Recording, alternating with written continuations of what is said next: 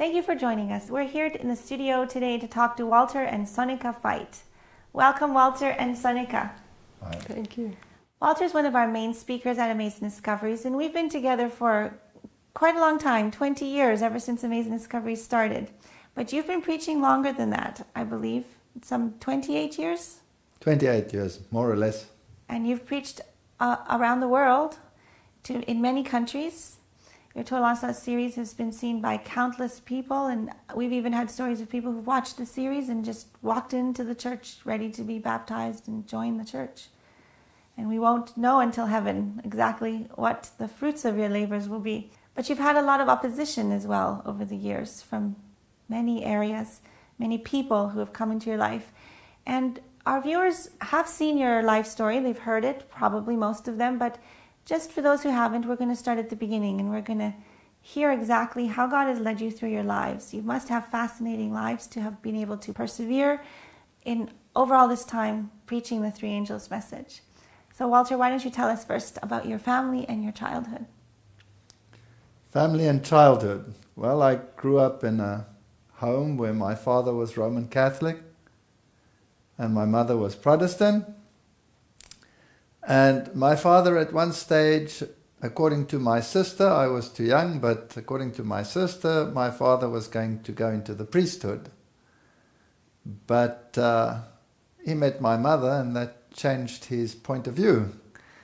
And so he dispensed with that. But the only problem was that she was Protestant. She was Lutheran, right? Yes, she was a Lutheran, and she belonged to the German Lutheran Church in South Africa. And she was one of twins. And when they got married, my mother desperately wanted a double wedding because her sister was also getting married. The only problem was they were Protestants and my father was Catholic. So in order to do the right thing, my father married my mother in the Catholic Church and then went from the Catholic Church directly to the Lutheran Church for the double wedding, to participate in that. Now in those days, that was before Vatican II, so that was a no-no in Roman Catholic circles. And I don't know exactly what happened, but he never ever attended Mass again after that.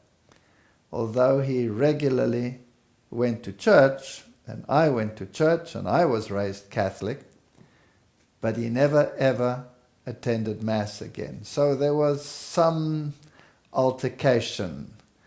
And the next thing that happened that is important is that when I was about 8 years old, my mother contracted cancer, and they weren't so good with their treatments in those days, and so she had many operations. They had a mastectomy and then a colonoscopy. They took the colon out.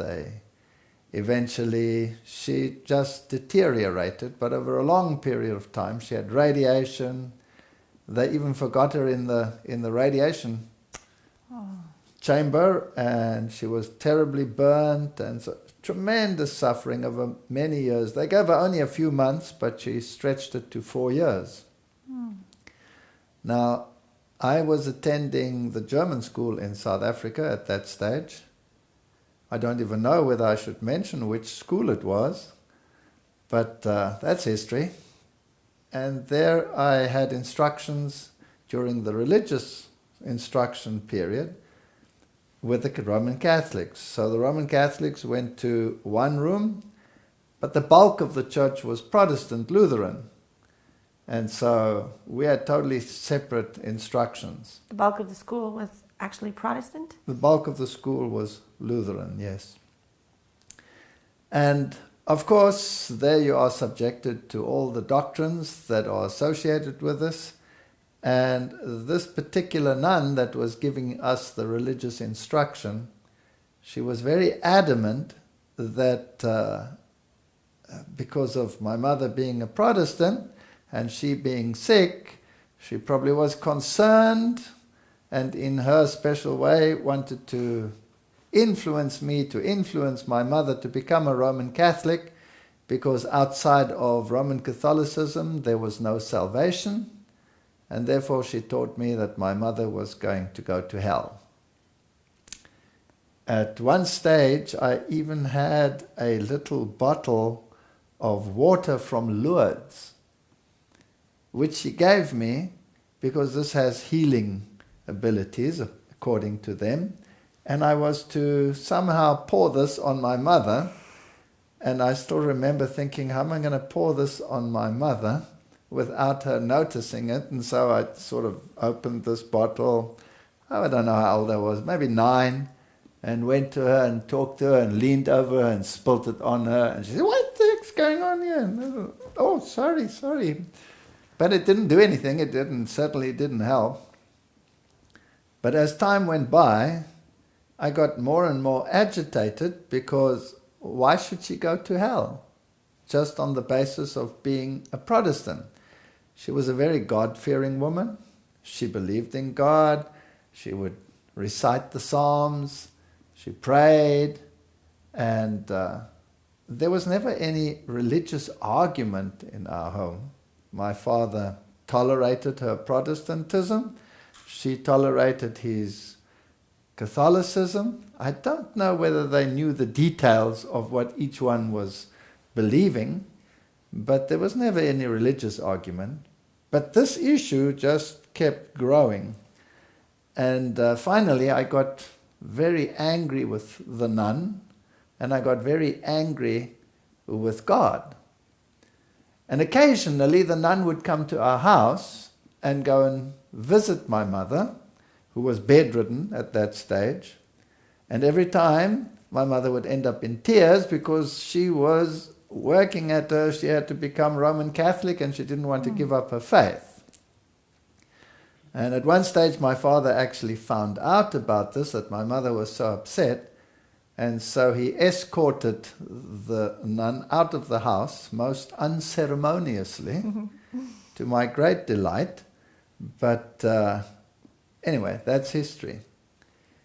One day I was sitting in religious instruction, and she was again telling me that it's so unfortunate that my mother was going to go to hell. And I lost my temper, and I took the catechism book and I tore it up, which is a very sacrilegious thing to do. And I threw it at her and explained to her in my 10-year-old language at that stage, or whatever it was, what she could do with her God. Oh, that created a major furor. I was thrown out of the religious instruction class. Which I'm sure you didn't mind. No, I didn't mind. But I was very rebellious by now. And then I sat there in the corner, in a sort of a courtyard, an amphitheater with a school, and the walkway of the school was right past that amphitheater. So any teacher or anyone who goes by will see me sitting out there. And the headmaster, he used to come by, and then he'd see me there, and he'd call me and say, "What are you doing out here?" And I would say, "That explicit woman threw me out." At which point then he would proceed to modify my posterior, take me into corporal punishment was of course part of it in those days. So you would get 6 of the best or 3 of the best, and the maximum that you were allowed to get was 6 of the best. And I don't know, but maximum seemed to be the appropriate punishment for me every time. The norm. The norm. And obviously they discussed me in the tea room as being this impossible child. And so some of the other teachers had the same attitude. And I remember one teacher in particular, he would, before he even started his class, if class would sit, and he would say, "If I come here," and he'd give me a crack in the face, hit me across the face, said, "Get out, I don't need your kind in my class, go and sit outside." And invariably the headmaster would catch me.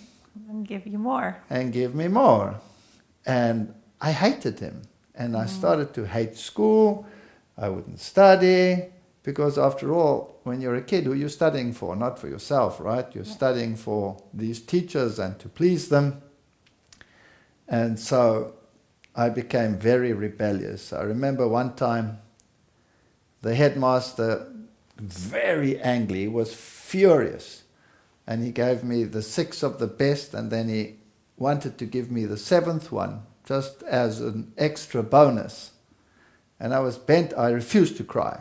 I just bent over, grit my teeth, and then I'd say to him, 1 more please, 1 more.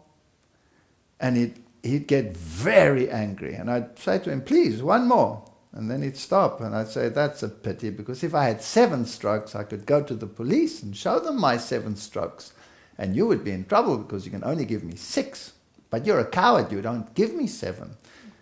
And so, I wasn't popular at school, not at all.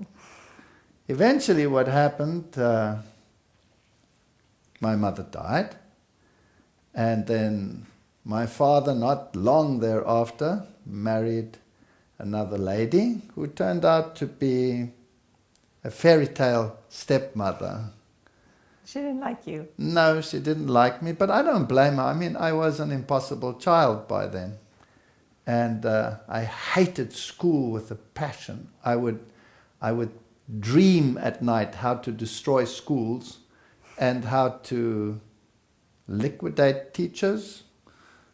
But fortunately, I never got round to that. But I did have my revenge on certain schools, any school. I think you did. I think I did, yes. I used to make huge catapults from trees and put stones on them and shoot them into the air onto the roofs of these schools and break the tiles and do stuff like that. And I once manufactured a bomb. It was quite an experience. I had to go from chemist to chemist and buy all the different components, and they would ask me, why do you want sulfur? No, my mother needs it for the roses, or something like that.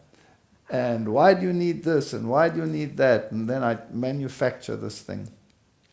And I still manufactured in an old baking soda can, because my father was a baker. I manufactured, it was about that big, and I dug this huge hole under a tree on a school ground and put it underneath, and then set my fuse and went running. And I didn't expect it to be such a huge explosion. I thought it would just be an interesting pop. But the whole tree, which was a huge tree, blew out of the ground and ended up on the sports field. Now, fortunately, when this thing went off, nobody saw me. Everybody went running to see what was happening, and I figured out if I run away, I'll be in trouble, so I'll run there. So I ran like crazy. It was one of the first there. I said, what happened here? What happened? And everybody was looking around. Nobody knew what had happened. So that was my schooling. So then when my father remarried, it was time for me to go to the boarding school. I had to leave home because this impossible child had to get some training in school. So I went to the boarding school, which was even more of a nightmare, because now I was in the boarding school at this very school that freaked me out. And so eventually I couldn't handle it anymore, so I used to run away, and I used to run into the mountain. Was this the school where you sat in the trees and threw pine cones? Yes, it was right up against the mountain, and there was a forest behind it.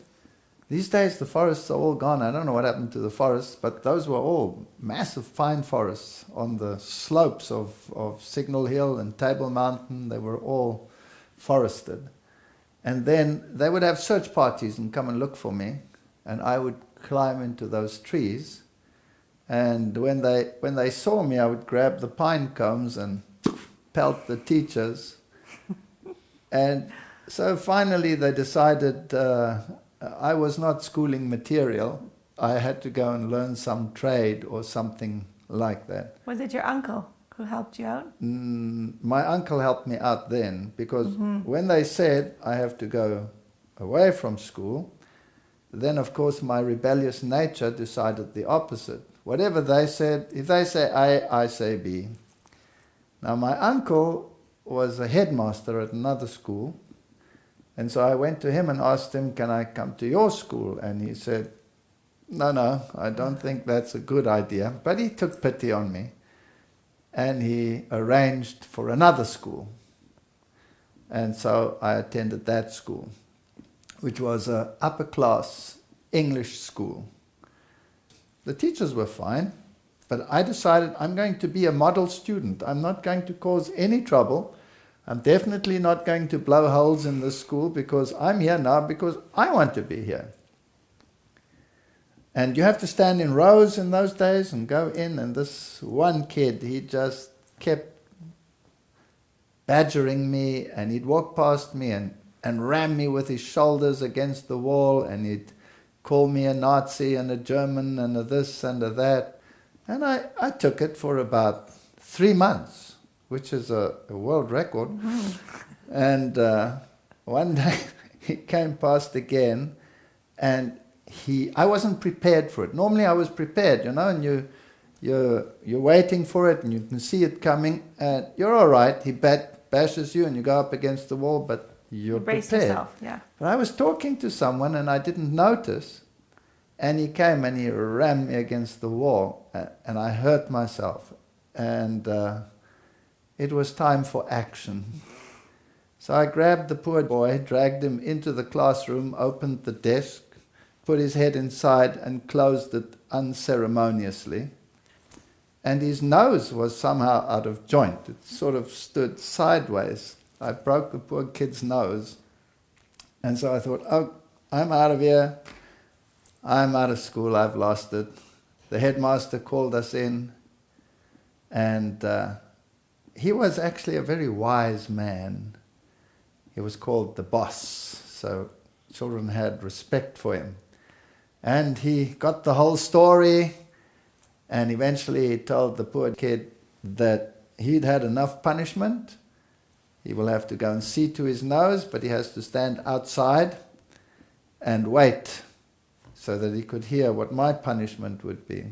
And I thought, well, what's going to happen now? So he said to me, I should really expel you because I don't take lightly when people fight in my school and do this sort of thing. But I will give you one more chance. You will get caning. So he went to his cupboard, and he was a perfectionist, but he had a whole cupboard full of different canes.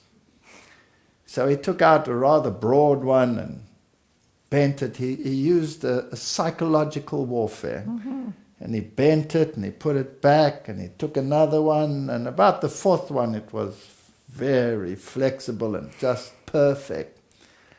And by this time the kid, of course, was sweating, yes. Right? So he bent it like this.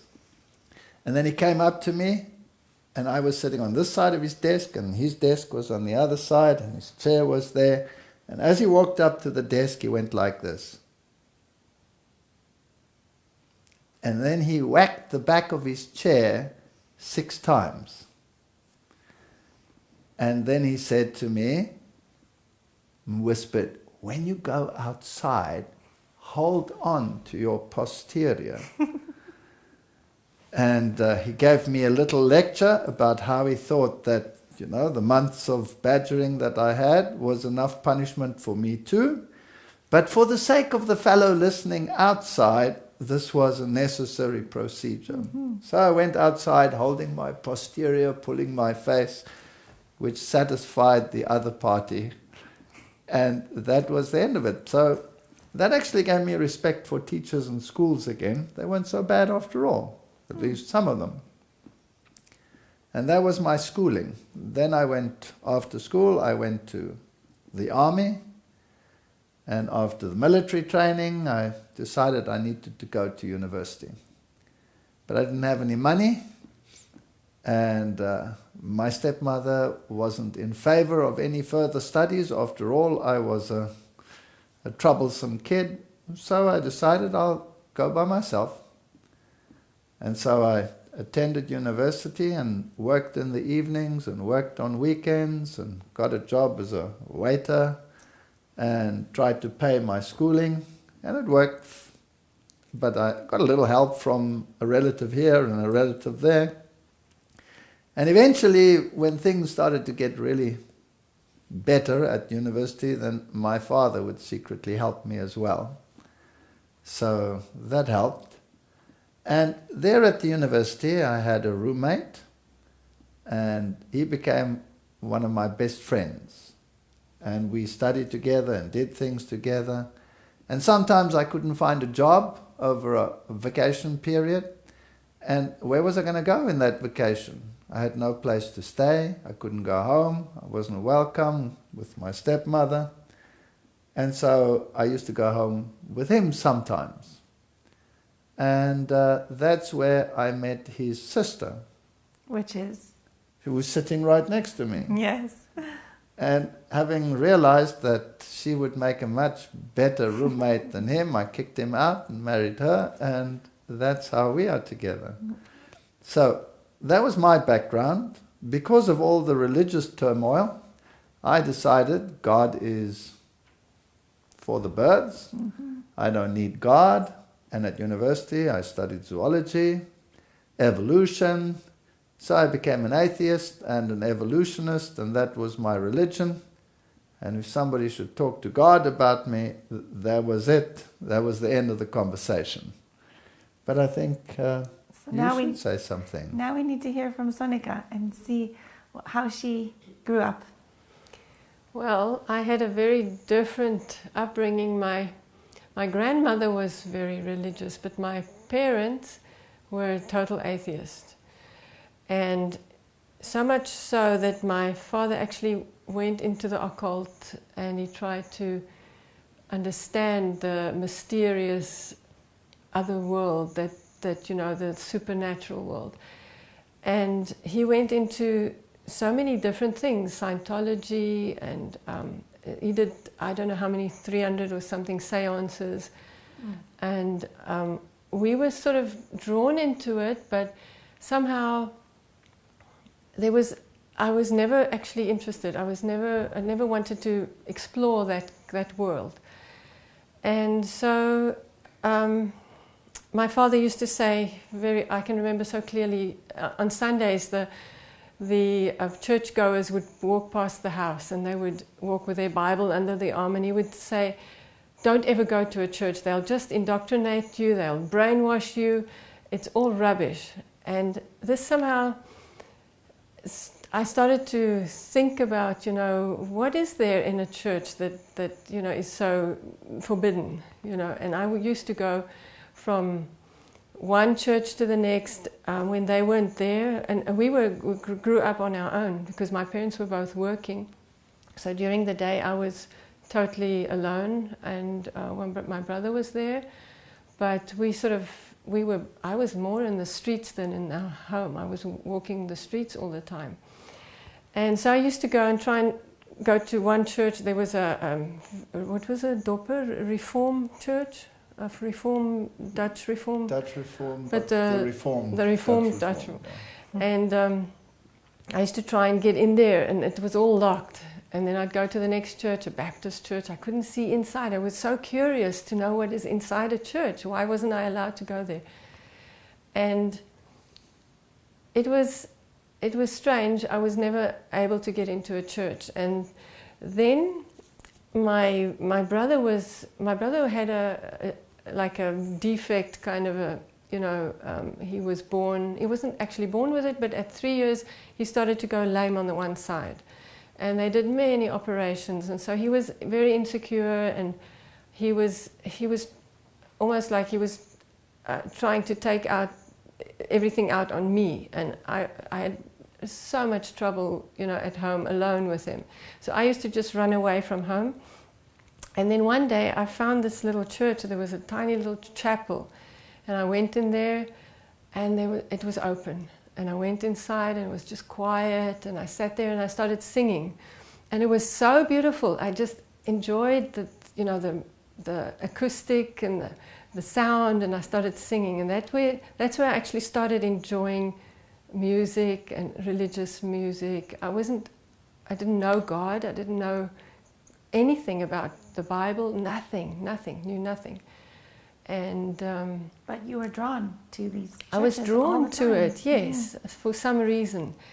And yeah, in the meantime, things were happening in our home, and we always had, you know, it was almost natural that there were always ghosts or, you know, things happening in the house. The sticks would rattle. My grandfather had walking sticks, and my mother kept them in the house after he died, and these things would rattle, and she would just say, "Oh, grandfather's here," you know, or yeah, we would have an easy chair, a nice chair where my grandfather used to sit sometimes, and after his death, this chair would sort of, you could actually see it moving, and you could hear somebody breathing. And I didn't see it as scary, it was normal. That was the way we were brought up. Yeah, and then at one stage, because of, you know, this conflict that I had, my brother was intimidating me, and I was becoming more and more, you know, introverted. I had a speech problem, I couldn't speak. And my father sent me to Scientology, you know, instead of, you know, trying to find out what the problem is, he said, oh, Scientology will sort you out, you know. And I was 12 years old, and he sent me to this organization. I had to take buses and go all the way into Durban. We lived in Durban, on the east coast of South Africa. And this was the most scary thing I've ever experienced in my entire life. They put you have to go through certain levels, and you have to pass the first level and pass the second level, and I think the third level, and then you sort of can go up to the very advanced level. And you have to pass the first three before you can go through the others. But how do they pass? Don't they yes. give you some e-meter? You get, like, it's like little cans that you hold, and there's wires attached to them, and it's attached to a meter, and they call it an e-meter. And it's basically, I think it's just a lie detector. It's basically what it is.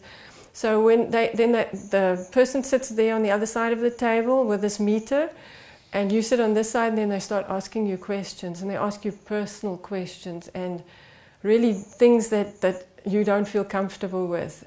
And I don't know why, really don't know why they did that, but you have to then get over this. And then this e-meter would register whether you are lying or not, or whether there's something in you that has to be cleared, a karma or whatever. And it was, to me, I was so scared because they were reading my thoughts. That's what I thought. At 12 years, I thought this meter could read my mind. And I just refused to work with them. And then eventually they phoned my father, and they said they can't do anything with me.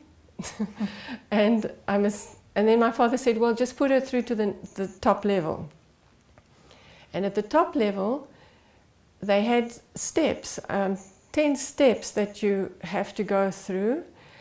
And what I got out of it as a 12-year-old, I didn't understand too much, but I realized that if you reach the top step, you actually become God. And then you can do anything. Then you don't have to be scared of anything. You can conquer everything, your fears, everything. And so I can't remember actually if I went up there, but I just knew that I wasn't interested. And it didn't help me in any case with my speech problem, because I couldn't speak. When we met, he had to speak for me. I couldn't speak. I couldn't get any words out. I was totally dumbstruck. And he had to do all my speaking for me. She could talk to me, no problem. But not to anyone else. Anyway, so I went through life that way. Yeah, and that was my childhood, basically. And then did you go to school, university? I went to university. When I left school, I went to Stellenbosch University, where he was, and that's where I actually met him before that, but that's where we started to date, basically, and got married in my second year. And yeah, it was quite an experience, because I came from this very different background, and he was this bold, forceful German, and I felt very intimidated by his family, because they were also very German and very bold. My stepmother was very kind to you, wasn't she? Yes, his stepmother was quite something else, because he's told me he doesn't want to take me to his parents because he's scared that she would make me, feel bad. And I said, oh, it couldn't be that bad. And so the first meeting we had with her, the very minute I walked into the home, she said to me, oh, so you are the one who's going to, I'm not going to say all the details that she said, but she said basically you're the one who's going to marry him, and then you're going to inherit everything that actually belongs to me. And you're just a slut, you're just a bad person. And I started crying, and I really didn't. Very intimidating. It was very intimidating. Yes. So, yeah, we didn't go there often, and we just started on our own. We just carried on.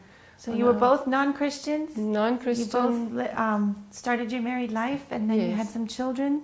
Well, before that, I got my first university teaching post. I got it in Durban, and I was in Stellenbosch in the south, or we were, because that's where she went to university. We got married in our second year, and so what now? I've got a teaching post in Durban. So we decided that we would do that, and then she would try and study further at Natal University.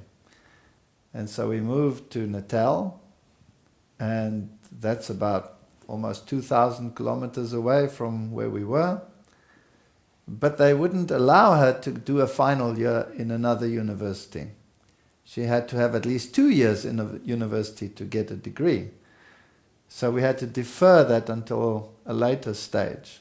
But an interesting story is, we moved into a house, and my father actually was secretly helping us, because she bowled my father over. He took one look at her and decided, I don't care what opposition I get. And he liked her. He liked her. Anyway, so he helped us a little bit, and we moved into this house. Now, her father, remember, was occultist, and he was, at one stage, he was investigating for a newspaper. He had incredible experiences. I mean, horrendous experiences, occult experiences. And initially, he wouldn't believe it. Like a little newborn baby, the people would put it to bed, and then the baby would scream like crazy. And then the baby, when they come in, was not in the little bed anymore, but on top of a cupboard. And as they come into the cupboard, the baby starts falling down from the cupboard, and they run and they catch the baby. And he thought there was some hocus pocus there, so he came to investigate, and he sealed all the windows, put seals on them, locked the door, put his cameras up, whatever, for the newspaper. And then the baby would scream. And he would unlock the door and go in, and lo and behold, the baby was on top of the cupboard. I mean, really strange occurrences. Or they'd put a little girl to sleep, another house. She didn't want to sleep. What was the shoes that came walking in? Slippers, I think. Slippers. And the slippers would come walking in by themselves. And all of these occurrences. And in one seance, the spirit was talking, and he thought there's a hidden microphone here somewhere. And so he was looking around for the microphone, and the spirit said, there's an unbeliever here. If you don't stop with your unbelief, you will have to face the consequences. So he was even more interested, where is it? And he was looking at, and the next minute, something grabbed him and dragged him outside the building and gave him a blow on the head that he had a huge welt on the top of his head. Now, if something grabs you and throws you out and gives you a whack, then you start thinking. Your unbelief in a hidden microphone sort of evaporates, right? So that's how he was drawn into occultism. And he actually started the New Age movement in South Africa. He was one of the first. Now, unfortunately, your mom and your dad separated. And he married again, and he married a high occult lady who was a medium and was very steeped into this and used to have audiences with spirit beings. So that's their background. So while we were living there in Durban, it was only 1 year that I was there. Then I got a job at Stellenbosch University, which I had to take because then she could finish her degree, right? While we were living there in that house, we had such horrible experiences, it's unbelievable. We would lie in bed, and what would happen? Oh yes, we would hear in the kitchen. We'd done all the dishes and it was in the dish rack, and we'd hear all the dishes fall down. And we had a Rottweiler, a nice big dog, and she would run and go and check it out, and there would be nothing. And this happened a couple of times, and we once had a group of people that came for dinner, and my brother was there, and he said, "What's going on in your house? The glasses are jumping off the table onto my foot." And things like that, and we got a little bit more scared. He was petrified because yes, because right. he hadn't grown up with this, and I was more used to it. But the strangest things, we had one accident after the other, bashed the car, and things happened. But strange things. I'd drive into the driveway and stop my car in the garage, and we're still both in the car when the next moment the whole car lifts up and smashes against the wall, sideways. It was unbelievable. Just many things, yeah. We would brake behind a car, and the car wouldn't stop, and we'd just go into the car. So did these demons follow you to your new house from your parents' house? Well, we didn't know what it was. In Africa, there's a lot of voodoo, and so people were saying that somebody had cursed us or cursed our house or whatever. We didn't know what it was, and we actually asked my father to come and, so we told my father, and he said, "Oh, no problem, I'll sort it out." So he brought his garlic and his garlic, and I can't remember what else was it. Some signs and... Oh, signs, yes. He made some signs. I'm not going to repeat the signs that he made in the corners of the house. And he said, "Did you have an argument with your gardener or someone?" And we said, "No." And he said, "Well, maybe they just, cursed you or something." There is, of course, it is very often that they would make a little doll of you, and they would stick needles in it and bury it somewhere in your garden. Oh. And that's what he said would probably happened. And so we weren't sure. We didn't know about demons. We didn't know about the spirit world or anything like that. You thought it was just normal? She thought it was normal. I thought it was scary. Yeah. But the interesting thing is, we would hear these things crashing in the house, like plates flying against the wall, breaking. And the dog used to sleep on a mat next to us, and she'd go ballistic. And she'd go running and coming back and lying down, nothing there. And every time these things happen, I sit upright, my hair starts tingling, but she's just fine. It used to irritate me. And then what happened, it got so bad that it was almost unbearable to live in the house. We'd sort of sneak into the house. We were scared to go into the house. And she still had some of her things in boxes, because we didn't know exactly how long we were going to be there. And she had a black stuffed cat, right? Who made that? My great aunt. She made dolls and puppets and stuffed animals. She had given this to her, and these things were in sealed boxes up in the top cupboards. And one night we'd visited her parents, and we come back in and we sneak into this house and we go to bed, and I open my bed, and here is the black stuffed cat on my bed, on my side, under the blanket. Scary. That's very scary, because how did it get there? There's nobody in the house, couldn't have been anyone, it was locked, it was in a sealed box, the box wasn't open. How did the cat get there? And a black cat. And a black cat at that. And this totally freaked me out, and I couldn't handle it. And I said to her, we need help. And your father's hocus pocus is not working. And all his occult connections, they're not doing anything. And you know what? The Jesuits say, give me a child until he is 8th year, and I have him forever. Mm-hmm. Now, I'm an atheist and an evolutionist. But I say to her, you know what? Maybe the Catholic Church can help. Because, you know, they have exorcists and all of this stuff. I'm going to look for the Catholic Church. So off I go, and I go there. Where was it? In Kloof or where? Yeah, I went to the Catholic Church there, met the Catholic priest, and said to him, we have this problem. And he said, no problem, I'll come to your house. So he came to our house, and he had his little book there, and he was reading the exorcist prayers, and he had some holy water, and he did basically what her father did. He went to each corner and he sprinkled the holy water, and off he went. And he said he thinks the problem is solved. And that night, we're lying in bed, and it's dead quiet. Nothing happening. Now, very apprehensive.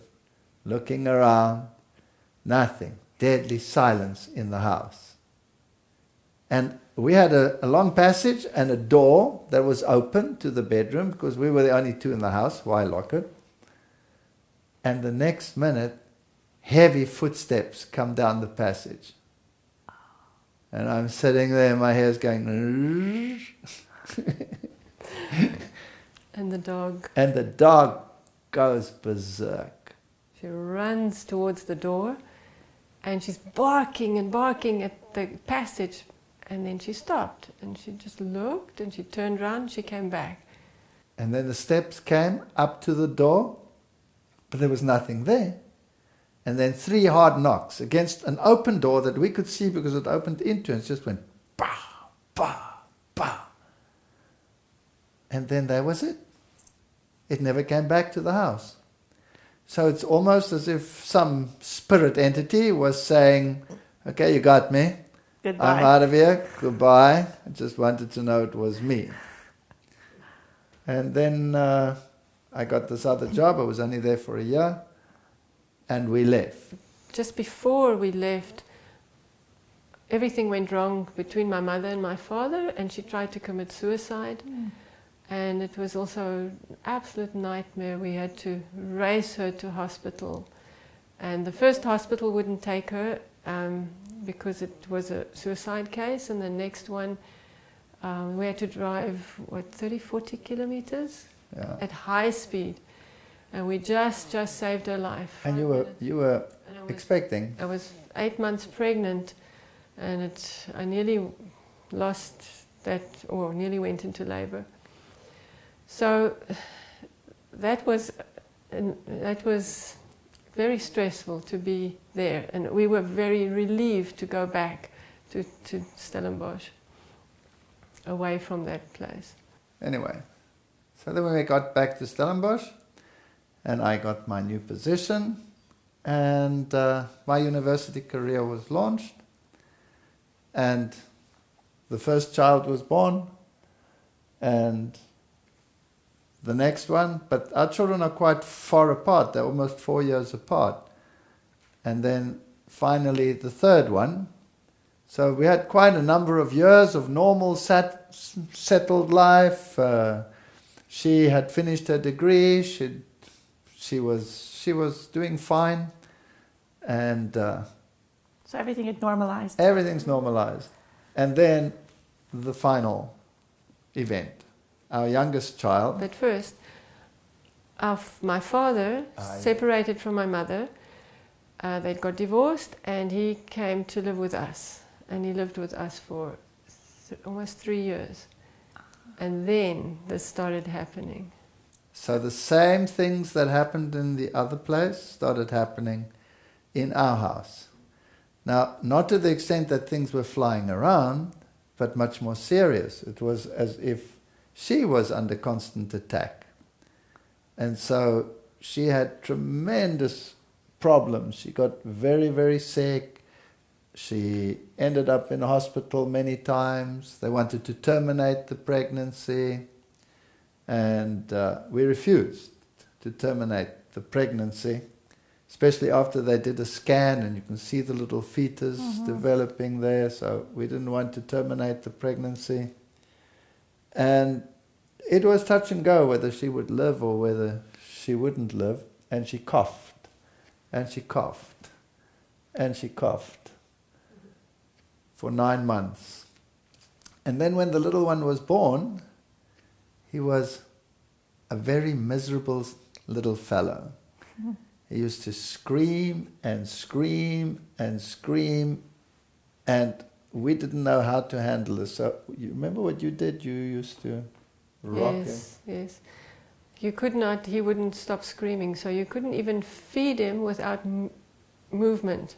So you had to constantly push the stroller, and you couldn't do anything without keeping him happy, and he was just screaming constantly.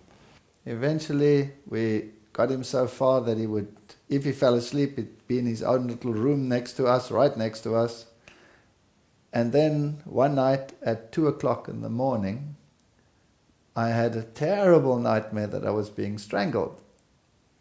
And we had a digital clock on our bed, and it said 2 o'clock.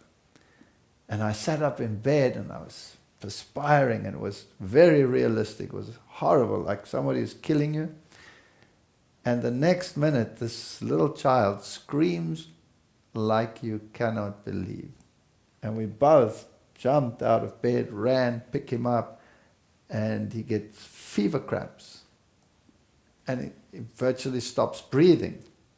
So we're stressed like crazy. We rush him off to hospital, and they battled to save him. And eventually he got such high fevers, they put him into sort of a refrigerated cot with cold air blowing upon him, and they put the intravenous fluids into him, and then he'd recover. And he'd come back home 2 or 3 weeks later, exactly 2 o'clock at night, same dream. And then he would scream. And the same drama all over again. Back to hospital, fighting for his life. It was a total nightmare. And one after the other. It happened frequently. Yes. How many For times? how I long? don't know. Many times. Many times. His folder must have been like this at the hospital. Now, you know what? Kids get sick. Kids get fevers. But exactly 2 o'clock at night, repetitively, over and over and over again, if it happens once, twice, 3 times, 5 times, 10 times, then it's no longer chance. Then it's something else. And every time it's a life and death struggle. We were total wrecks. We were totally finished. And I still remember I was marking scripts. It had just happened again, and he was in hospital. And we took turns sitting in hospital through the night. And I was sitting there, and I was petrified of 2 o'clock. 2 o'clock was a no-no for me. And I was marking scripts from the medical students in the middle of the night. These poor kids, I don't know whether I was compos mentis, but I was marking them. And 2 o'clock was coming, and I'm sitting in the hospital opposite this little cot with this little kid in it.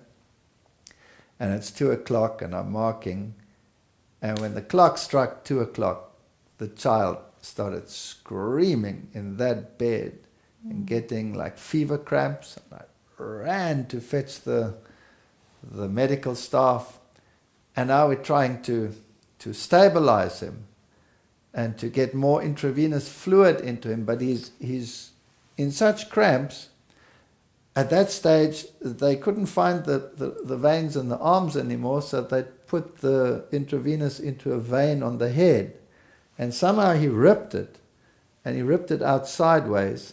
Now, a head wound bleeds terribly. It made it even worse. There was blood all over. I was splattered with blood, and they're trying to do this. And then the horrible 2 o'clock goes past, and he relaxes again, and they get it all together again. But that night I decided, I need help.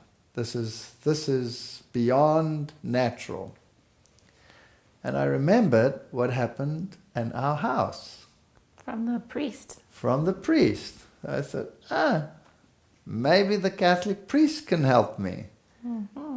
And so I waited until she came, and she came at about 6 o'clock to relieve me. And I went to look for the Roman Catholic Church. And I found it. And I got there at about 7 o'clock in the morning. And I asked where the priest is, and I found the priest. Now, I'm not saying this to be a derogatory, it just happened to be like that. But he was sitting that early in the morning with a brandy bottle in front of him, and he was drinking. I don't know whether he was, alcoholic or whatever. But I looked at him and I thought, what am I going to do now? And he sort of looked at me and says, yes, what do you want? And I said to him, I'm a Roman Catholic, but I don't attend church or anything, but I really need some help. And he says, what kind of help do you need? And I said, well, there are very strange things happening in my house. And he says, stop. That's not my field. And I said, good grief, not your field. What's this? You're a priest. This should be your field. He says, no, I'm not interested. Give me your number. I'll get a specialist to contact you. So he gave me his phone number. Or I gave him my phone number, and I went home. And then we were together, and I still said, well, that was useless. And the next minute we get a phone call, and it's the chief exorcist of the church from the cathedral in Cape Town. Important man. And he says he's in the area, he's at a particular monastery. Can we come and see him? So I said, okay, and I went alone. I went to him. And he's sitting there opposite the desk, and I'm talking to him, and I say to him, we have a serious problem at home, and I was wondering whether you could help me. And before I can tell him what the problem is, he says to me, yes, I know. The devil is trying to kill your youngest son. Well, you could have knocked me over with a feather, right? How did he know? I said, well, how do you know? He says, no, I just know. In fact, I've known for a week. I said, excuse me, that's not possible. I only just went to the priest this morning. That's not possible. He says, oh yes, we know. And then he said, and your case is very serious. It's a very serious problem. We cannot do a normal exorcism in your house. We have to do a mass in your house. And for that we need permission from the bishop. So I said, well, how long will that take? He says, well, normally it takes a while, but I already have it. And he showed me a letter. This must have impressed you very much. I was dumbstruck. This was unbelievable. And I said to him, I don't come to church anymore. I haven't been to church in years, and my wife is not even a Catholic. She's Dutch Reformed, but she doesn't go to church either. And he says, well, that can change. He was very calm about it.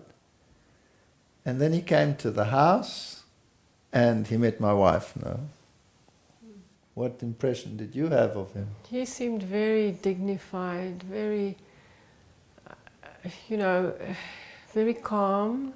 And at that stage I was doing pottery. I was teaching pottery at the college, and yes, I I thought constantly, I was thinking, you know, we can't take this, that what he's doing for us, for nothing. We're going to have to give him something for it. But so he started taking out salt. He had holy salt, is that what you call it? And I had to get water, and he was sprinkling the salt in the water in a form of a cross, in the shape of a cross. And then he would put little salt crosses on the windows. And it was strange to me, but, well, I just accepted it. And then you can tell further when he got to the child's room. He got to the child's room, and as he was doing his thing with the water there in the child's room, putting his crosses there, suddenly something grabbed him. Mm. And he was shaking, and like something was shaking him like a rag doll. And he wasn't a young man, he must have been in his 70s. And I thought, this man's going to get injured. And I tried to hold him and help him. And he carried on with whatever, and he was being thrown around, and eventually things stopped. And he went to the main bedroom, and he put his signs up there, and a little bit of activity, not as bad, and the other children. And then when he had done that, he took out some amulets, which he said were from Lourdes. And he said, each child must get one of these above his bed. So we put one above each bed on the window, on the picture frame or whatever, hung one there. And then he said, but this child's room, that's the worst. We'll have to say the Mass in this room. So he took off a ring which had a relic of a saint, because every Mass has to have a relic. And he put it on the little table that we put down for him. And he prepared everything to say a Mass in there. And we were standing there, and the next minute there's a patter, and our dogs and our cat, we had 2 dogs, Rudy and I had 2 big Rottweilers, and a cat come running down the passage, sit round the table. Mm-hmm. Very strange. Very weird, very weird. And he said the Mass, and then he took off his ordination cross, took it right off his neck, and he gave it to us and said, hang this above the child's bed as well, which we did. And then he left, and you still gave him your pot. Yes, I had made my best pot, and I thought this is the only way we can give him something, you know, for his trouble. And he said, I will take this pot and I will put it in I will give it to the nuns in the convent that never see the outside world. And that was strange, because I'd never heard of that, but yes. So off he went. And from that moment, problem gone, solved. Now, this is strike 2. Mm-hmm. Rome had solved my problem in the first house. Rome had solved my problem in the second house. And I'm an atheist and an unbeliever. What do you do about that? Well, I thought to myself, I'm a hypocrite. I'm a hypocrite. And so I discussed it with my wife. And how old was Martin then? Must have been about 12. Yeah, so the oldest child was about 12 or 11 by then. And I thought, well, this isn't good opportunity. If someone sees me in church, because I'm this macho atheist, if someone sees me in church, I can say, I'm here to introduce my children. And so we decided I'd go back to church. And she wanted to be a Catholic too, and wanted to join the Roman Catholic Church. And so I started going to church and became a very staunch Roman Catholic. Did everything that a good Catholic does, goes to confession, goes to Mass. Every Sunday I was in Mass. And she wanted to join the church. She came with us to the church. She thought it strange and mystical and all of these things.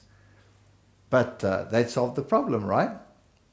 And so we were regularly going back to church. And then what happened, with this peace in the home, this quiet, you get energy. And there were some things in our house that were irritating me. And being German, I looked at all of the structures that were in my way. There was a wall. I always had to walk around the wall. And I said, you know, this wall really has to go. Because then we have a nice open plan. And this kitchen is pathetic. And so I took a nice big sledgehammer and sorted out the house.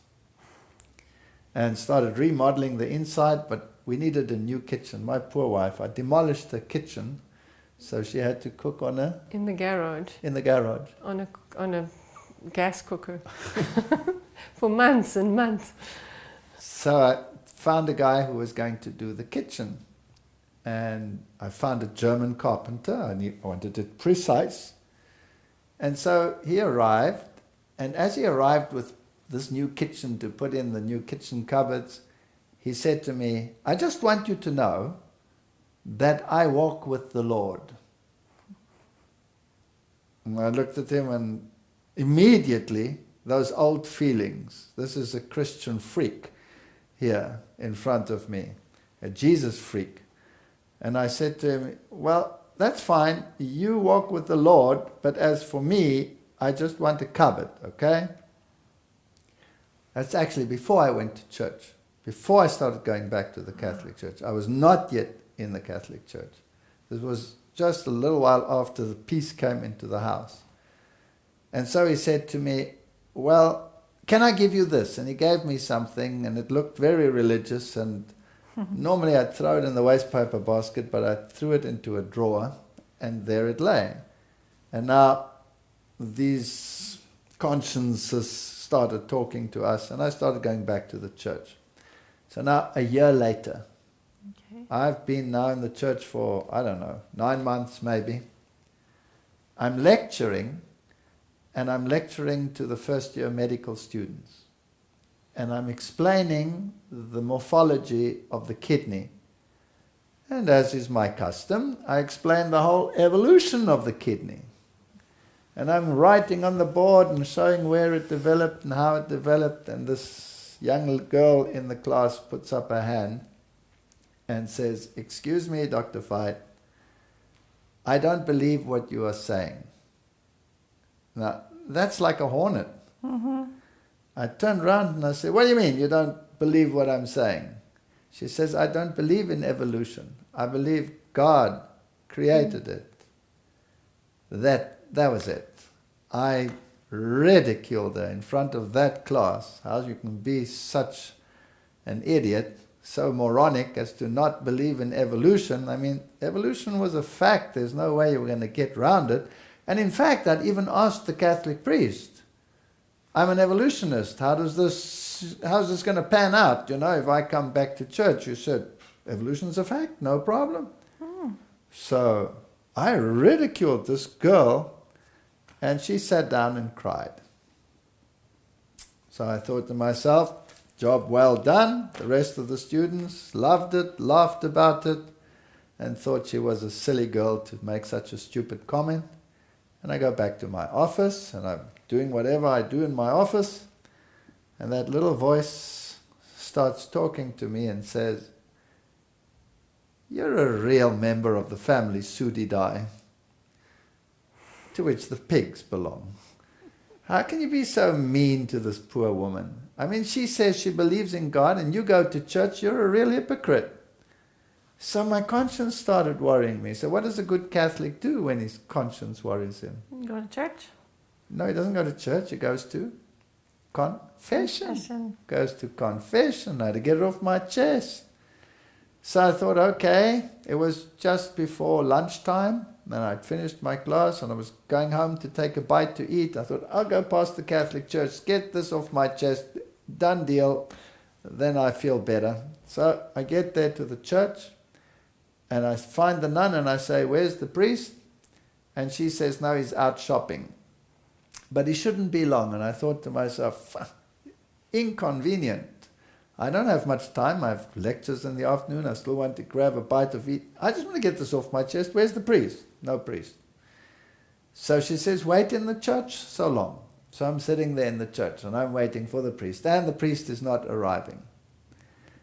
And I see the little red light burning over there, and that little red light tells you that the consecrated host is in there. That means that the Corpus Christi, the body of Christ, is in that tabernacle. So now I'm talking to God. I'm agitated. I'm talking to God. And I suddenly realize, but I'm talking to a corpse, a corpus. That's why I can't talk to him directly. He's there, the consecrated host, but I have to wait for the priest. I can't get rid of my problem. I can't talk to God. And I'm thinking about all of this, and I'm thinking about the ritual. We go to church, the bell rings, you bow down, the bell rings, you stand up, the priest says, and peace be with you, and the congregation says, and with you, and everything is a ritual. And when you say a penance, it's 10 Hail Marys, 1 Our Father, 10 Hail Marys, 1 Our Father. And I'm thinking to myself, what kind of conversation is that with God? It's the same thing over and over. Doesn't he get bored with it? And eventually I get so agitated, and this priest is not arriving, and I'm thinking about all this religion, and I'm thinking, you know what? This is a load of rubbish. This is a load of rubbish. There's no communication with God. I have to wait for the priest, and he's shopping. I'm done with religion. I'm going back to my normal atheism and be my normal obnoxious self. Off I go home. And it was lunchtime, and then I had to go back to university, and I was looking for something, but I can't remember what it was. You can't remember. But you knew exactly where it was, what I was looking for. She always knows where everything is. She said to me, go and look in that drawer, it's somewhere in there. I can't remember what it was. But I opened the drawer, and what is in this drawer but this pamphlet?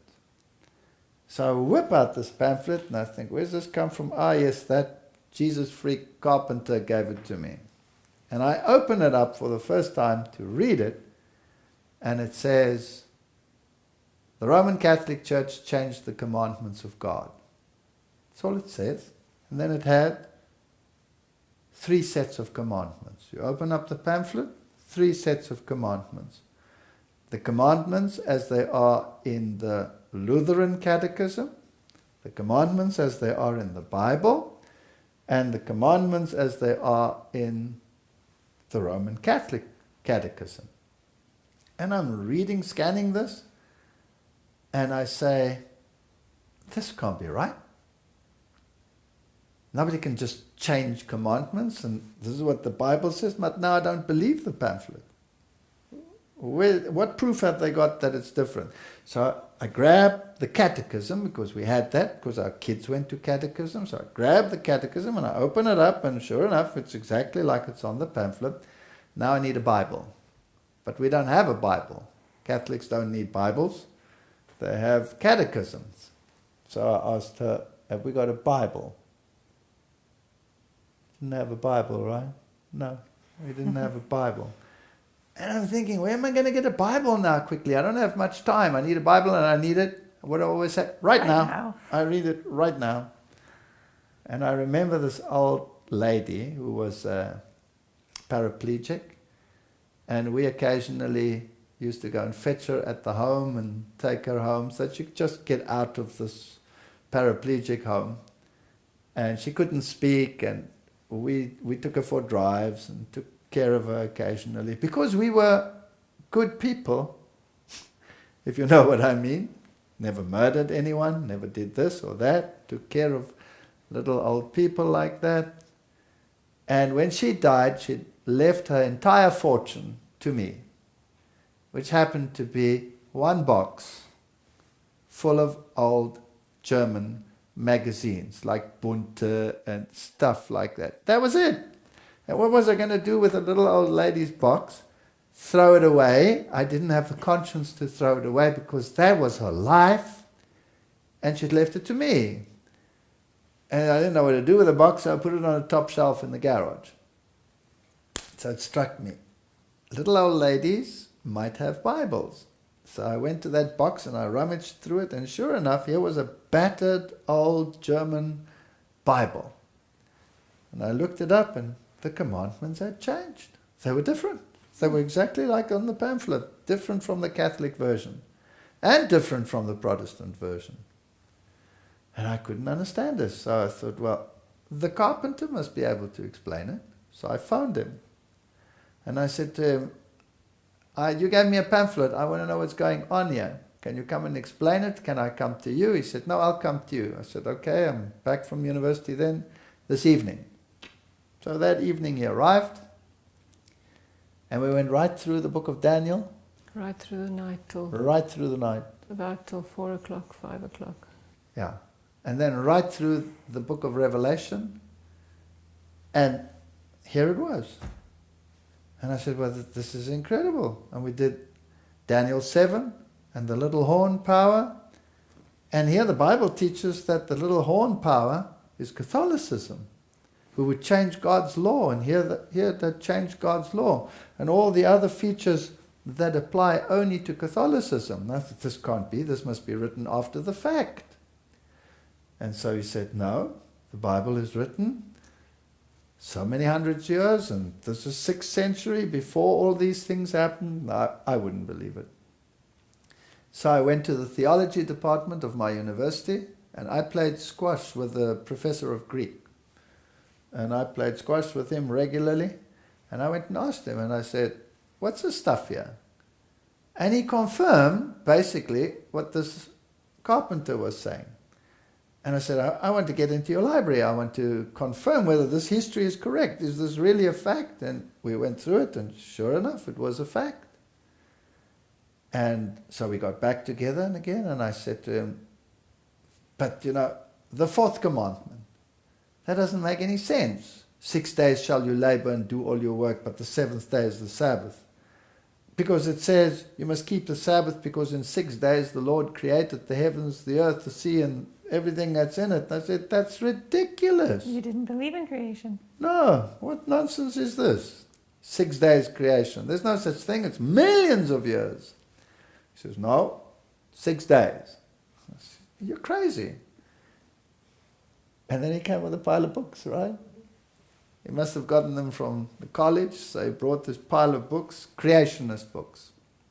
So I'm reading these creationist books, and I've never read so much rubbish in all my life, from my perspective now. Give them back to him. I said to him, this is a load of rubbish. He says, no, it's not. So he comes back with another pile of books. And I'm going through those books, and I give them back to him, and we get into an argument. Now, good grief. I'm the scientist. I'm the evolutionist. I have a PhD. He's a carpenter. What does he know about evolution? And so finally, he got angry with me, and he said to me, you know what? I don't have a problem with evolution. You have a problem with evolution. You solve it. So I had no argument against him anymore, because basically he capitulated, right? It was up to you now. It was up to me. So I'm going back to the university, and now I'm beginning to take out evolution books and starting to think about evolution. And I take out a book on paleontology. And as I take it out of the library, my colleague sees me with this book. And he says, oh, we've ordered the latest version of that book. It has arrived, but it's still in boxes. Let's go and see. Our department had its own library. So went back, opened the boxes, found the new edition. And for some reason, I took them both. And I went to my office, and I started reading them together. Opened them on the same page, because I thought, well, let's see what's different between the old edition and the new edition. What's the newest information? Is there something added or whatever? Now I'm reading them together. And the old one says, when it comes to whatever animal group, the cetaceans or whatever, there are no intermediary fossils. Everything is based on the mindset and the theory. No intermediary fossils. No lineages between any of them. The new one says, this is the ancestor, and that's the ancestor, and this is the ancestor, but they don't fit onto the lines. So these are conjectures, but the old one is honest, whereas the new one covers it in scientific jargon. Now, this makes me just a little bit suspicious. So I go through the entire book like this. When the professor comes in and he says to me, there's been a change in procedure, you will take the next evolution discussion class. Now that was a nightmare, because the postgraduate students, they had a weekly discussion group on evolution issues, and all the staff was present, and everybody, and the students, and the honor students, and the master students, and the PhD students.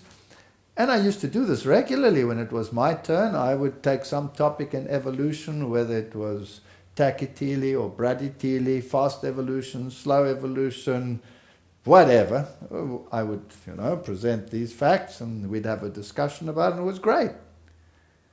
But now, there was something cooking in me. And at that stage I was doing the genetics course, again with the medical students.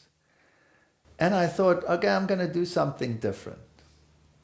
And I started making a list of questions based on the genetics course that I was giving, not out of any book or anything, just questions, as to how something could evolve, or how gene systems could evolve, if natural selection doesn't work on the level of the genotype, but just on the phenotype, then pure chance has to bring about the genetic development. And what are the probabilities of these things happening? So I started making a list of questions. What's the probability of this happening, that happening? I had about 10 questions. That's it. It was only questions. And I gave this evolution discussion class, and I said, today we're going to do something different. We're going to look at it from another perspective, a counter perspective, and ask some questions. And I started putting them on the board. And as I put them on the board, now remember, nobody knows what's going on in my mind. As far as my students are concerned, as far as the staff is concerned, I'm an evolutionist, right? I've got all these questions. And this young girl gets up, and she's a honor student. That means she's a first-year postgraduate. And she looks at the staff, and she points at them like this, and she said, when I came to this university, I was a Christian girl, and I was happy in my religion. And now I'm an atheist. I don't believe in God, and I've become an evolutionist. But as far as I can see from what is written on the board there, I've been deceived. Evolution is not possible. And pandemonium. Pandemonium. The one staff member got so angry he went red, he literally started foaming at the mouth. And he screamed at me. And that was the end of that. So just 10 little questions, and I'd blown my career, my university career. So I went home, and I thought about it. And at that stage I had Bible studies already. And we had Bible studies on death and the state of the dead and what spirits were, and that it cannot be the ghosts of deceased individuals. And we'd been through all of that. Oh yes, and these people that had come to give Bible studies, what happened to Robert? Do you remember? As we were starting the Bible studies. Oh, yes. You wouldn't tell that story. Yeah. Yes, when we started, every time we picked up the Bible, he would scream. He would start screaming. He was only about 2 years old then. And he would start screaming and cause some trouble. At one stage we were sitting in our lunch hour. He'd come home and we'd sit with the Bible. We were so eager and so hungry for understanding what the Bible is saying. And we had wine every night. So we still had a bottle of wine, an empty bottle of wine standing there, wine bottle. And he suddenly just got angry or frustrated with us maybe.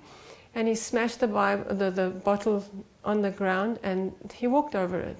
So he nearly cut his whole toe off. And so then again, we couldn't study our Bible again, and he had to go to the doctor again. And so constantly, as we were trying to understand what the Bible was saying, there was this constant opposition.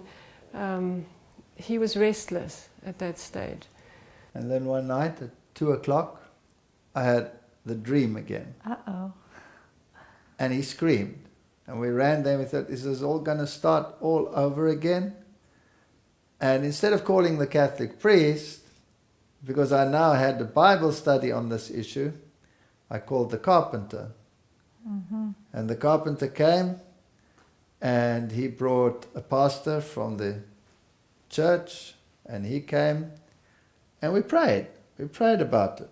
Nothing hocus pocus, no water, no spraying, no nothing. We just prayed about it. And it calmed back down. And then when I was deciding, this can't be right, I'm battling with evolution, creation, this, that, same thing would happen. Not as bad that he had to go to hospital, but eventually we decided we'd make a decision. But on the point of decision, the phone rings. I ran down the passage and I picked up the phone, and who is it? The exorcist of the Roman Catholic Church. And I say to him, hello? And he says, you better get back to the Roman Catholic Church immediately. So I said, well, how do you know that I'm not even there? He says, I know. Now remember what he knew before? Yeah. And then he says, and by the way, your father, who was dead by then, is suffering in purgatory because of you. Now, of course, I knew that my father wasn't suffering in purgatory because the Bible knows nothing about purgatory. And the Bible says the dead know nothing, and they'll have nothing to do under the sun. But I was curious, so I said to him, how do you know that my father is suffering in purgatory? And he said, because the nuns told him. I said, well, what nuns told you?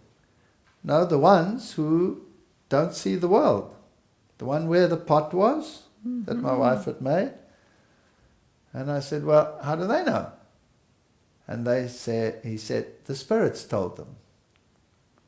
So I knew that they were holding seances, just like her father held seances, where the spirit world would talk. And the spirits, of course, are not deceased human beings. The spirits are, what does the Bible say?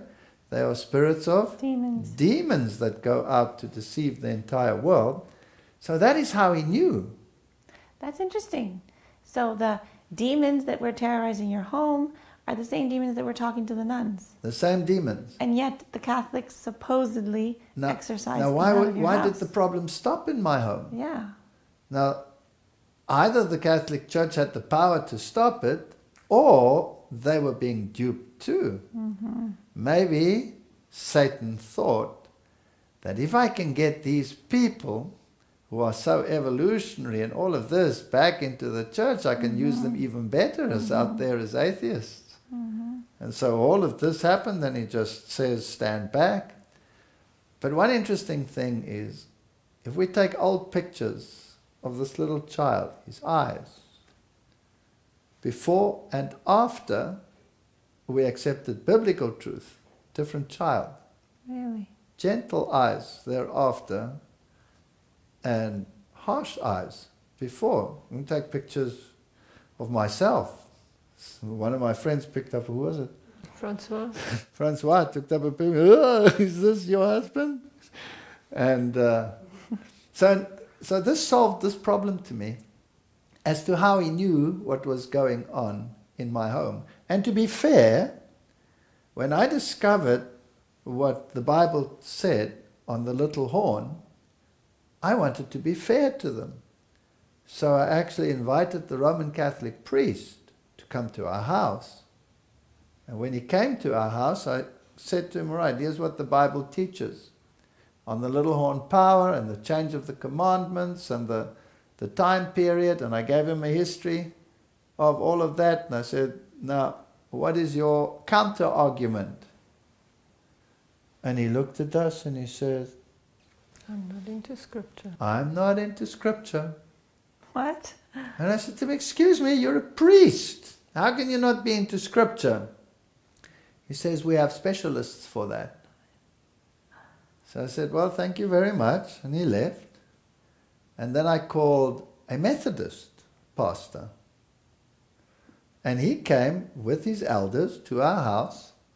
And I said to him, now what is your position on Daniel chapter 7? Who's the Antichrist? And he said, Antiochus Epiphanes IV, a Greek king.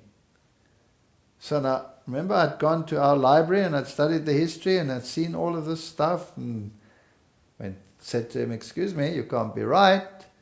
So I went through the Bible study and showed that the Antichrist comes out of the fourth beast and not out of the third, so he cannot be Antiochus Epiphanes.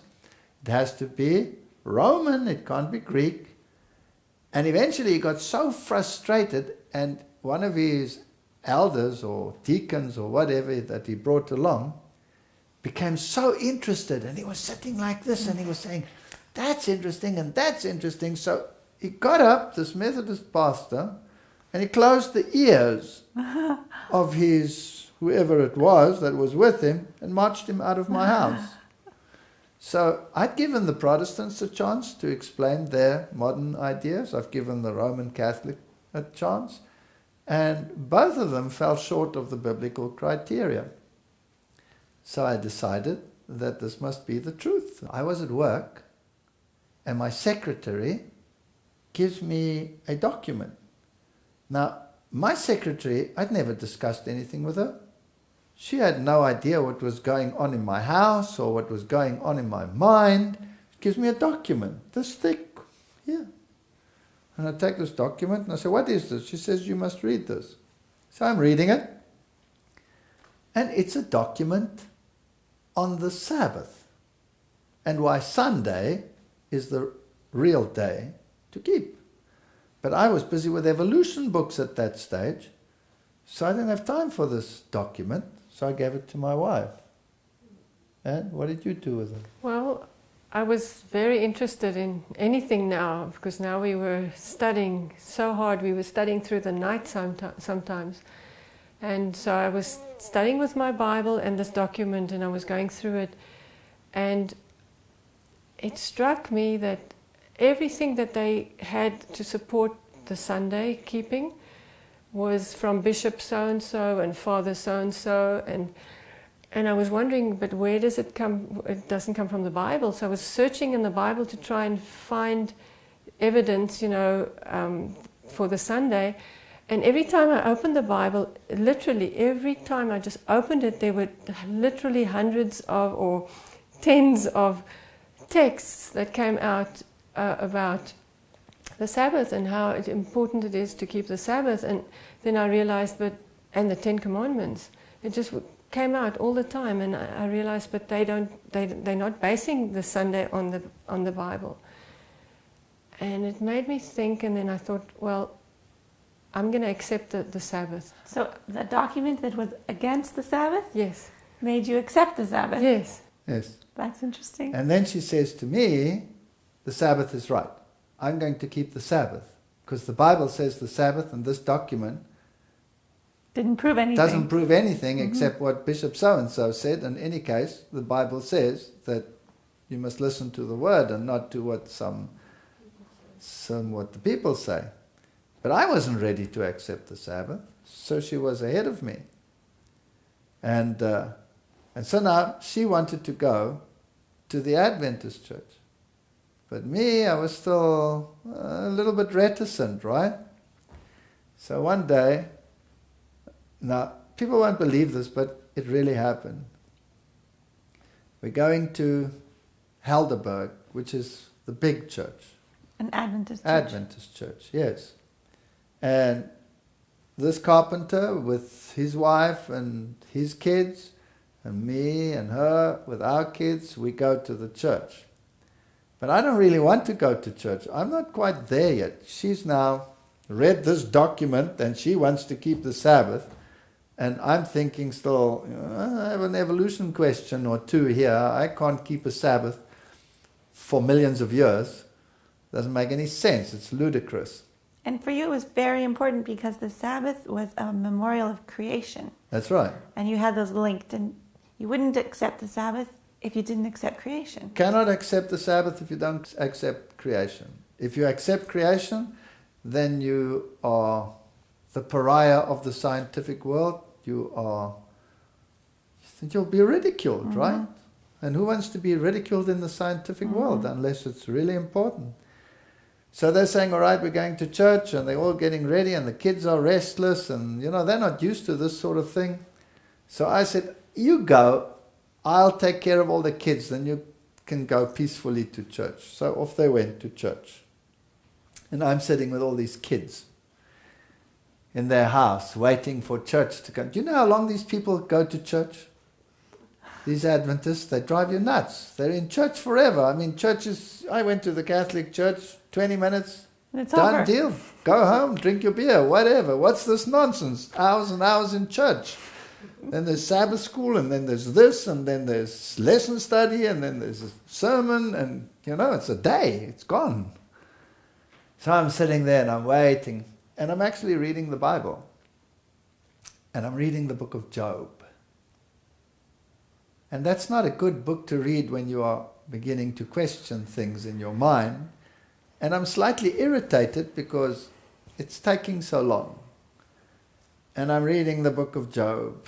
And here it says in the book of Job, and God said to the devil, I give you permission to touch Job, but you may not take his life. And so the devil touched Job, and Job broke out in sores. Here was miserable Job covered in sores. And I look at this and I say, this is a lot of trouble. This is ridiculous. This is a fairy tale. One doesn't get sores from some devil touching you. A sore is a bacterial infection. It's a, it's a toxic outburst, whatever, or a staphylococcus, but definitely not some demon touching you and then you're full of sores. This is ludicrous. This is ridiculous. So I take the Bible and I'm actually angry and I throw it down there. I'm agitated. Why are they taking so long? What takes so long in that church? I take this Bible again and I read some more in Job, and the more I read, the more irritated I get, and the more agitated. And eventually, I take this Bible and I throw it down and play with the kids or something, but it drags me back. So I pick up this Bible again, and it's a stupid thing, and eventually I decide, as in the Catholic Church, this is for the birds. This is ridiculous. This is so unscientific. It's pathetic. And I'm not going to be duped into believing some stupid fairy tale and then keeping Sabbath for some 6-day creation when this is all full of nonsense. And these people are not coming out of church, and I want to go home now, and I'm almost ready to come and drag her out of church. And while I'm thinking about this, I'm aware that I'm experiencing pain. And I can't figure out what's going on. There's a burning pain on my left leg over here. Just right there. And as I'm reading and arguing and whatever in my mind, the pain becomes unbearable. It's like somebody burnt you with a hot iron. And I'm thinking, what is this? Now, I can't pull my pants up because it won't go up to there. And I can't pull it down because I've got kids in front of me, their kids, other people's kids. So I run to the bathroom, the washroom you call it, right? To rip this pants down to see what's going on with my leg. And here is a massive sore on my leg. It's not broken, but it's blood red. It looks like, I don't know what does it look like? It's red and slightly knobbly. Knobbly. Yes, little bumps. And it's like it's on fire and the water is just running out of it. now I'm oozing out of it. Now I'm in pain. And I'm really struggling with this. And it takes, I don't know how long until they finally come out of that church. And I grab the kids and I grab her and I said, we're out of here. And we're in that car and we're going home. And I get home and I show her this thing. And I say, what is that? What do you say? I've never seen anything like it. That's what I said. I've never seen anything like it. It's not broken. The skin's not broken. But it's oozing some liquid. And it's so sore I cannot even move. And I'm saying to myself, no, there's something seriously wrong here. So I'm thinking, okay, there's nothing that I know that's like that. And I mean, I teach medical students. I've never seen anything like that. I don't know about anything like this. This is definitely weird. And it came instantly. So this is not some infection that developed over time. And I'm saying, okay, I'm willing to accept it. I'm willing to accept it. Maybe some devil touched Job. Maybe it's not so ridiculous. I'm not quite there yet, but I'm willing to accept it. So please forgive me that I thought that. Gone. Just like that. Just like that. Gone. And I'm thinking to myself, this is very weird. And then I say to you, you know what? We've gone crazy. We've gone nuts. We've gone totally nuts. This is psychosomatic. This is idiocy. I think away from religion, it's nothing but trouble. We'll can this we'll put it on ice. She's Sabbath. She's now hooked on Bible, this, that. We're out of here. No more religion. Go back to our normal life. It was peaceful. None of this drama. Back to normal. And as for this Bible, and as for Job, let's forget it. I don't believe it. Next second, there it is. It comes back. And it stayed for a whole week. I couldn't move, I couldn't walk, and eventually I said, I capitulate. And then it went. Well, unfortunately, Walter, we'll have to leave your story hanging right there. We have to take a break, and we invite you to join us again next time to hear the continuation of Walter and Sonica's life as we find out how God has led them through their years.